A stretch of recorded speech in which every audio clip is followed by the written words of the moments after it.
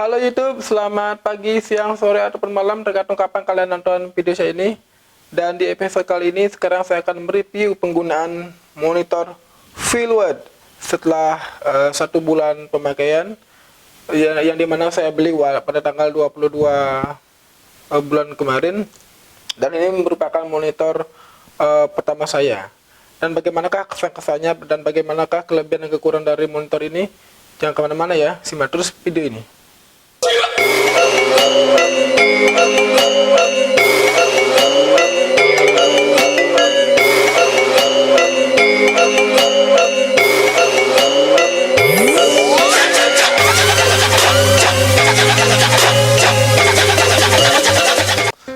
Oke, ini merupakan monitor Philwood dengan layar 7 inci. Ini merupakan monitor pertama saya. Dan untuk video unboxingnya bisa kalian lihat di pojok kanan atas layar, sudah saya sertakan kartunya. Dan ini merupakan monitor dengan dimensi paling besar ya, yakni 7 inci dengan resolusi Full HD 1920 x 1080 pixel. Dan kesan pertama saya ketika membeli monitor ini adalah layarnya besar dan cukup responsif. Dan ketika pertama kali menganggap ini, kesannya wow, besar. Karena biasanya kan monitor Philwood itu kan ada yang 5 inci, 5,5, 6 inci. Tapi ini yang sudah yang 7 inci. Dan jika kita lihat pada bagian depan, ini resolusinya seperti tadi saya bilang Full HD. Akan tetapi belum dilengkapi dengan anti gores. Dan di bagian sisi kanan, di sini tidak ada apa-apa ya. Di sini polos sekali. Lalu pada bagian atas ini juga terdapat beberapa tombol custom. Ada tombol F1, F2, itu bahkan tombol yang bisa kalian custom mau ditaruh menu apa. Ada tombol geser kiri, geser kanan. Ada juga di sebelah kanan lagi ada tombol menu, ada tombol atas, bawah, ada tombol off. Dan ada juga sebuah screw 1/4 inci yang bisa kalian taruh di tripod ataupun di monitor gimbal kalian. Dan beralih ke sisi kiri ada sebuah jack audio, ini 3,5 mili ya, yang bisa kalian pakai untuk mendengarkan audio dari rekaman kalian. Ada dua buah port HDMI, yang paling atas adalah outnya, yang paling bawah adalah innya, serta DC sebuah charger ya, yakni yang pada bagian bawah jika kalian menggunakan monitor ini tanpa baterai, tapi menggunakan charger yang kalian bisa beli secara terpisah. Dan di tempat bagian bawah ada juga sama screw 1/4 inci, ya 1/4 ini. Dan pada bagian kiri ada juga sebuah port mini USB ya, untuk upgrade atau menaruh 3D LUT. Dan pada bagian belakang ada sebuah slot baterai. Di sini baterai yang bisa dipakai yakni jenisnya FF970. Akan tetapi pada buku pembeliannya terdapat beberapa jenis baterai yang bisa kalian pakai. Akan tetapi di paket pembeliannya kalian mendapatkan satu baterai berukuran besar dengan kapasitas 4400 mAh atau 7,4 volt yang bisa kalian pasang di balik badan ini. Dan bagaimanakah hasil menggunakan Philwood ini? Dan ketika saya menggunakan monitor ini untuk pertama kalinya, saya bingung, kok ini tidak layar sentuh ini. Saya mencoba untuk menghidupkan ya. Oke, menaruh baterainya gampang, tinggal taruh dari atas ke bawah. Dan ketika kalian sudah menaruh baterai, ada sebuah indikator berwarna merah, yang berarti ini adalah standby. Untuk mengaktifkannya kalian tekan tombol power on nya pada bagian atas. Oke, sudah menyala. Berwarna hijau ada tulisan Philwood. Ya, pertama kali saya menggunakan monitor ini sangat cukup bingung. Saya pikir ini adalah layar sentuh, akan tetapi tidak.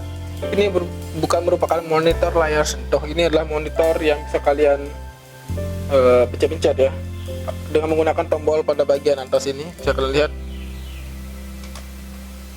bisa kalian pilih ada menu all wave, bisa kalian custom di sini, tergantung selera kalian. Dan yang penting adalah ini bukan layar sentuh, jadi jangan berharap banyak. Dan bagaimanakah kesan-kesan menggunakan ini? selama menggunakan monitor ini saya merasa terbantu ya, terutama untuk low angle, dimana saya tidak perlu sampai melihat ke monitor kamera itu sendiri, cukup melihat di monitor Philwood ini.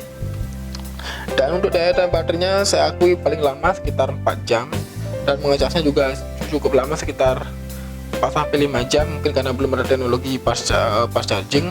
Jadi saya harus menggunakan charger bawaannya, dan itu pun chargernya saya tidak dapatkan secara secara langsung di paket pembelian, karena saya harus membelinya secara terpisah.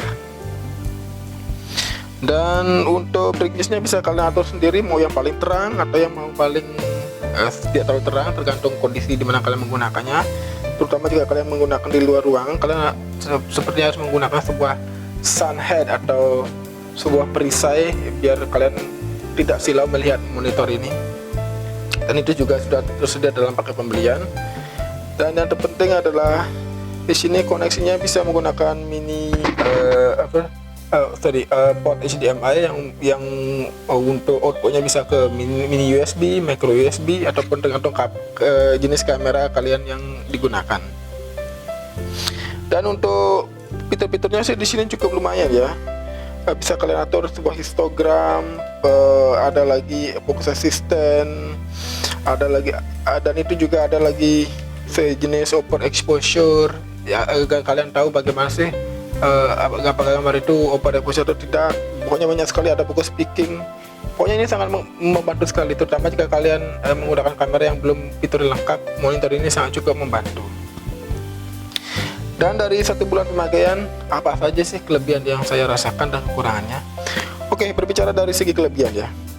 Untuk kelebihan, yang pertama, layar ini sudah cukup besar karena sudah 7 inci. Jadi jika kalian menggunakan sebuah kamera kan sekitar 3 inci atau 2,5 inci, mungkin resolusinya ini sudah cukup membantu ya untuk melihat yang lebih jelas. Dan dengan menggunakan monitor yang besar, kalian bisa tahu apakah gambar yang kalian ambil apakah fokus atau ngeblur atau bagaimana. Bisa kalian lihat secara langsung di sini tanpa perlu kalian bingung-bingung kira-kira ini gambarnya fokus atau tidak sih. Nah lewat monitor ini kalian bisa tahu ya. Dan untuk kelebihan yang kedua, fiturnya lumayan lengkap serta ringan ya, tidak terlalu berat ini, sekitar 1 kilo kurang lah. Itu sudah termasuk sama baterai ya. Kalau baterainya juga cukup besar dan cukup berat ya, tidak sampai 1 kilo lah. Dan yang selanjutnya adalah garansi ya. Jika kalian membeli monitor ini, pastikan kalian membelinya dengan garansi DNK Pratama. Itu merupakan garansi resmi. Ketika kalian mau membeli monitor ini secara online atau offline, kalian akan diminta untuk mengisi form yang dikirimi lewat yang kalian bisa dapatkan linknya lewat philwood.id, yang bisa linknya yang bisa akunnya kalian dapatkan di Instagram. Lalu di sana kalian disuruh mengisi informasi seputar nama pembeli, tanggal pembelian, stroke dan lain sebagainya. Dan DNK Pratama akan mengirimkan satu unit baterai lagi, dan baterainya sama ya, dan dikirimkan lewat JNE. Dan total kalian akan mendapatkan 2 buah baterai, satu dari pembelian, satu lagi bonusnya ketika kalian membelinya di akun officialnya DNK Pratama. Jadi jangan sampai kena tipu ya. Oke, itu saja kelebihan yang saya rasakan. Dan bagaimana sih mengenai kekurangannya? Oke, kita berbicara masalah kekurangannya. Kekurangannya adalah yang pertama, bobot besar, berarti mungkin menghalangi ketika kalian menggunakan di gimbal ya. Saya sudah pengalaman menggunakan monitor ini di gimbal saya, di gimbal Zhiyun Crane 2. Ketika saya menaruh di di gimbal, monitor ini berada di paling kiri. Ketika saya menaruhnya dalam kondisi berdiri lengkap dengan ada kamera dan ada gimbalnya, sepertinya gimbal saya lebih condong berat ke kiri. Mungkin karena faktor berat di sini, atau mungkin karena tidak seimbang sehingga mengakibatkan monitor ini mau ke kiri, sehingga saya harus selalu memeganginya. Itu yang pertama, kekurangannya. Yang kedua, monitor ini tidak layar sentuh. Jadi jangan harap kalian bisa menyeting menunya sangat cepat di sini, karena kalian harus mengatur kalian harus hafal mana atas, mana bawah, mana kiri, mana kanan. Jadi kalian harus benar-benar menghafal menu ini karena ini bukanlah monitor layar sentuh. Selanjutnya adalah waktu mengecasnya. Apakah ini yang saya rasakan atau memang belum ada fast chargingnya? Untuk mengecas baterai ini makan waktu sekitar 4-5 jam, sangat cukup lama. Ada baterainya 4400 mAh sih, nggak terlalu gede-gede banget kayak baterai HP yang 5000 atau 6000 mAh. Mungkin karena belum ada teknologi fast charging dari baterai ini sehingga cukup lama. Oke, kekurangan selanjutnya adalah di paket pembelian saya tidak mendapatkan sebuah chargernya, dan alhasil saya harus membeli chargernya itu di tempat lain atau di toko-toko online selain ini. Dan begitupun chargernya juga dihargai sekitar 130 ribuan atau something, mungkin tergantung di mana kalian membelinya, sehingga kalian harus keluar duit lagi untuk membeli sebuah chargernya. Dan yang selanjutnya adalah apa ya, saya rasa sih cukup demikian. Dan bagaimanakah kesimpulannya, apakah monitor ini worth it atau tidak?